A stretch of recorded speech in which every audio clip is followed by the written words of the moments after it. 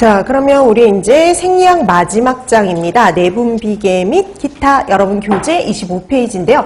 오늘도 수업 그 창고 프린트에서 복수 프린트물이 나갔죠. 근데 이 복수 프린트물이 내분비계까지 포함되어 있어서요. 먼저 진도 나간 다음에 그다음에 마지막에 프린트 확인하도록 하겠습니다.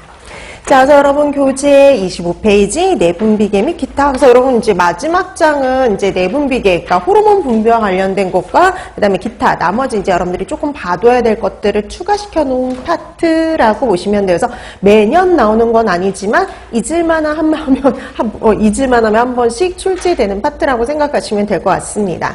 자, 그럼 여러분 내분비계라고 하면은요, 호르몬 분비하고 관련된 기관들을 묶어서 우리가 내분비계 이렇게 얘기를 해요. 그래서 우리 몸에는요, 분비되는 선, 그러니까 뭔가 분비되는 곳이 두 군데가 있어요. 크게 두 군데. 그래서 요즘에는 분비선이 아니라 분비샘이라고도 하는데요. 그러니까 이거죠. 앞에서도 본 적이 있는 외분비선. 요즘은 샘이라는 말을 씁니다. 그러니까 이게 그 영어 명칭은 바뀌지 않았는데 우리나라에서 어떻게 번역할 거냐, 이게 이제 좀 달라진 거라 보시면 돼요. 그래서 한글을 주로 사용을 하면서 외분비샘 이런 식으로 바뀌었어요. 그래서 외분비선, 외분비샘, 내분비샘 이렇게 바뀐 거죠.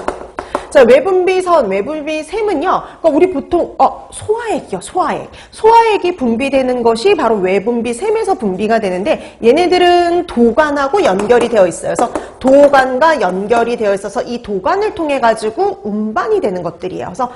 그래서 외분비샘은 이제 여러분들이 알고 있는 땀, 그다음에 여러분들이 알고 있는 소화액 이런 것들이 분비되는 게 외분비샘이라고 보시면 돼요. 침 이런 애들. 자, 내분비샘 그러면은요, 이거는 호르몬이 분비되는 곳이에요. 호르몬. 그래서 이 호르몬이 분비되는 내분비샘은요, 도관과 연결되어 있지 않아요. 그래서 혈액을 통해서 운반된다라고 보시면 돼요. 그래서 우리 앞에서 볼 때 보니까 소화기계 할 때도 마찬가지로 했었죠. 소화기계 할 때도 호르몬 같은 경우는 절대 소화관에 존재할 수 없다라고 말씀드렸어요. 도관에 연결이 되어 있지 않기 때문에 소화관에는 존재할 수가 없고요. 혈액을 통해서 운반이 돼서 소화관에 영향을 미치는 거라고 보시면 되는 겁니다. 자, 그래서 그런 내분비샘이요, 거기 그림에 나와 있어요. 내분비기관, 머리부터 해가지고 송과체부터 해서 저기 고환, 난소까지 해서 우리 몸의 전체 호르몬이 분비되는 장소들이 표시되어 있습니다. 자, 그래서 이런 곳에서 바로 호르몬이 분비된다라고 보시면 되는데요.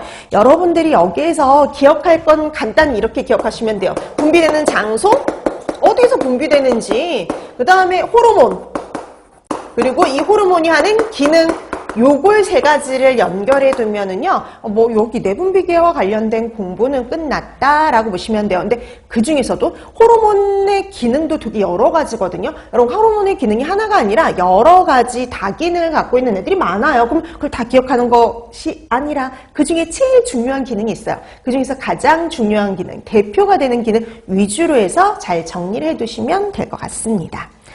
자, 그러면 우리 이제 본격적으로 들어가기 전에 먼저 이 호르몬을 좀 분류를 해놨죠. 용해도에 따라서, 구성 물질에 따라서. 자, 용해도에 따른 분류부터 한번 보시면은요, 용해도에 따라서는요, 물에 녹느냐 안 녹느냐 그거의 차이인데요, 지용성과 수용성 호르몬으로 나눠놨습니다. 자, 지용성 호르몬, 얘네들은요 물에 녹지 않고요. 얘 같은 경우는 유기용매에 녹는 호르몬들인데, 여러분 여기에 해당이 되는 애들은 스테로이드 호르몬들이라 보시면 돼요. 그러니까 우리 보면은 스테로이드계 호르몬들이 몇 개 안 되거든요. 그 스테로이드계 호르몬들을 빼고는 나머진 다 수용성 호르몬이라고 보시면 됩니다.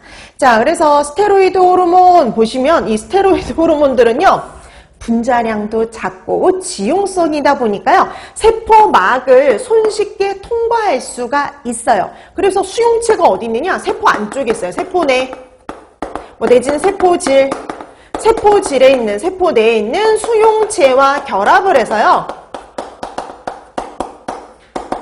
세포 내 수용체와 결합을 해서 직접적으로 작용을 해요. 다이렉트로 너 이거 해 라고 이제 그 신호를 보내주는 역할을 담당을 해요. 그래서 이거 같은 경우 직접적으로 작용하는 애입니다.